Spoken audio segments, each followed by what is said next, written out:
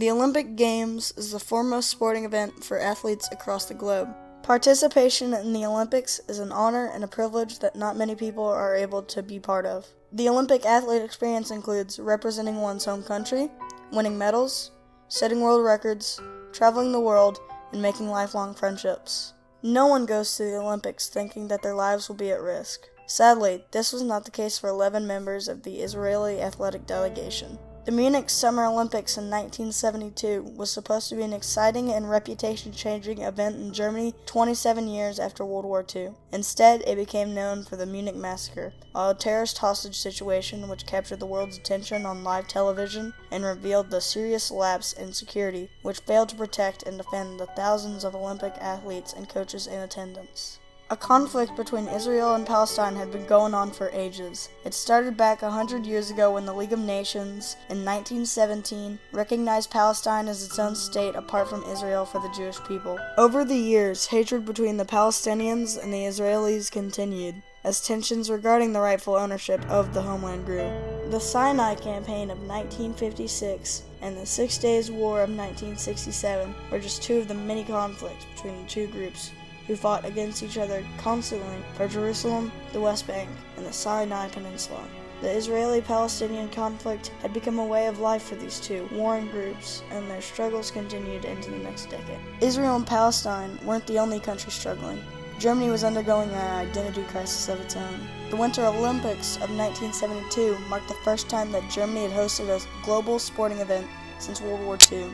The last major event held in Germany was the 1938 Summer Olympic Games, when African-American track and field athlete Jesse Owens won a gold medal against the Pure Aryans of Germany, driven by Hitler.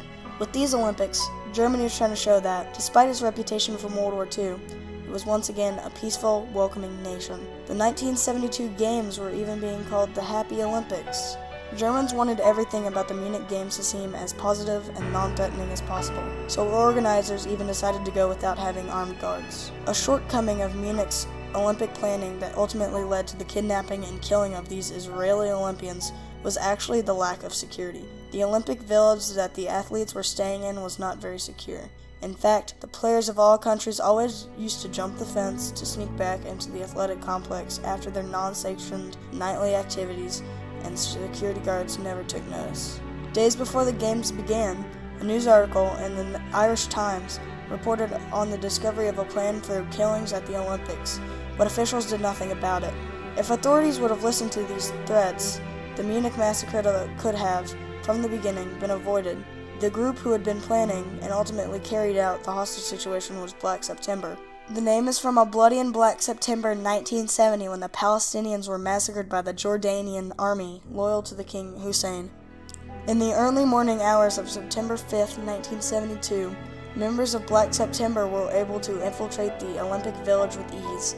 The terrorists went straight to the Israeli apartments on Connolly Strasse 13 and began to knock down the doors of the rooms. One of the coaches, Yosef Romano, saw this happening and began to try and hold them off, while 7 of his athletes escaped. Sadly, Romano was shot by the terrorists along with Andrei Spitzer, a fencing coach for the Israeli Olympians. Although this led to 7 Olympians escaping, 9 were not so lucky and were captured. They were held hostage by the Palestinian terrorists in their own apartment for 18 hours. At this point, the world took notice. TV stations who were nearby covering the Olympic events began to gather and record for live audiences around the world. This marked the first time that a terrorist activity was broadcast worldwide for international viewers to watch within the comfort and safety of their own homes. American sportscaster Jim McKay, known for his popular Wide World of Sports show, was on air for 14 straight hours for the entire hostage situation. German police began to communicate with the terrorists and soon found out that Black September's main objective for the hostage situation was to force the release of 274 Palestinian prisoners held by Israel. The police were not trying to get in touch with Israel to release these prisoners because they did not want to negotiate. Instead, their intent was to eliminate the terrorists and remove the threat altogether rather than giving in to the demands of Black September. Despite all attempts by the German negotiators to settle the situation peacefully within the Olympic Village, negotiations finally broke down, and the terrorists demanded that they be provided an escape. They requested to be transported to the Furstenfeldbruck airport, where awaiting planes would take them to an undetermined Arab country. German police provided a bus for the terrorists, who forced their blindfolded hostages to accompany them. Little did the terrorists know, while they were being transported on the buses to closely located helicopters for the trip to the airport, the German police were setting up snipers at the destination. 5 snipers were put in place at the airport for each terrorist, but German police miscounted and there were actually 8 total terrorists. The snipers had no experience in being a sniper, were barely trained in shooting rifles, and had no communication with each other due to the technology at the time, all of which severely decreased the odds of the mission being successful. When the terrorists got to the airport, they checked the airplane and saw the cockpit was empty. The police had provided the terrorists with the plane as promised, just not a pilot to see them through to safety after leaving the airport. As terrorists were caught on the runway with no feasible exit plan, the German snipers took aim and a dogfight ensued. The terrorists, knowing they had no way out, wanted to ensure that their Israeli hostages would have the same outcome. The Palestinian terrorists threw grenades, blowing up both helicopters. Horrifically, those helicopters still held the blindfolded hostages, and all of them were killed. German snipers successfully killed some of the terrorists, while others were able to escape. In the meantime, news outlets heard that the hostages were saved and that all was well. After debacle at the airport, news stations were finally relayed the message that the hostages had actually died. As a result, reporters had to go back on their previous words and explain to the international community that all 7 Olympians and 4 coaches had needlessly died as pawns in the Israeli-Palestinian conflict. The compromise between the German police and Black September was not reached, leading to more deaths instead of imprisoned Palestinians being released and Israeli hostages being saved. Almost all of the terrorists were killed in a shootout at the airport, and the remaining were hunted down months later. After only a 24-hour delay in the Games, the Olympics went on like nothing had happened, minus the Israeli delegation, whose Olympic dreams were cut short, as 11 of them had been murdered, and the rest returned to their homeland in mourning without competing. Just 20 days after the shocking events in Munich, U.S. President Richard Nixon gave a speech about counterterrorism to the American citizens on September 27, 1972. He talked about how dangerous the world was and how country leaders needed to try to work together to reach world peace. He told everyone that terrorism was a very urgent concern and needed to be addressed.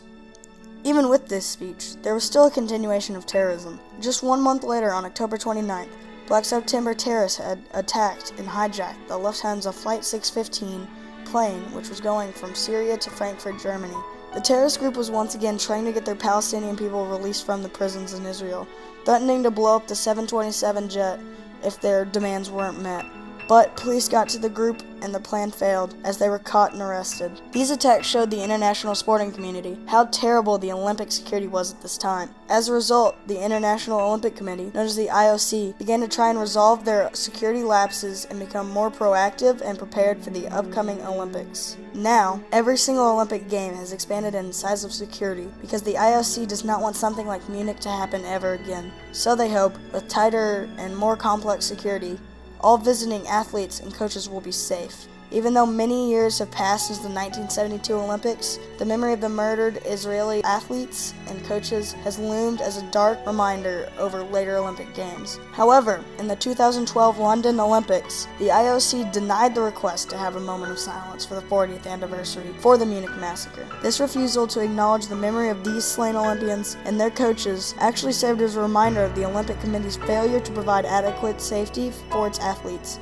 Additionally, the increased attention to security has not always been successful. During the 1996 Summer Olympics in Atlanta, Georgia, the Centennial Olympic Park was bombed by Eric Robert Rudolph and the Army of God terrorist group. Only 1 person died, but 111 others were injured. In recent years, the IOC and hosting countries have collaborated to develop more security measures for the Olympics, such as cyber defense, X-ray machines, more efficient metal detectors, cutting-edge ground vehicles and aircraft, and more troops hired to police and guard the Olympics. The tragic losses in the Munich Massacre stand as a reminder of the important responsibility of the IOC and the host countries to provide extraordinary levels of security for its athletes, coaches, and fans. Never again should the hopes and dreams of an Olympian be taken away by the hatred and evil intentions of a terrorist organization.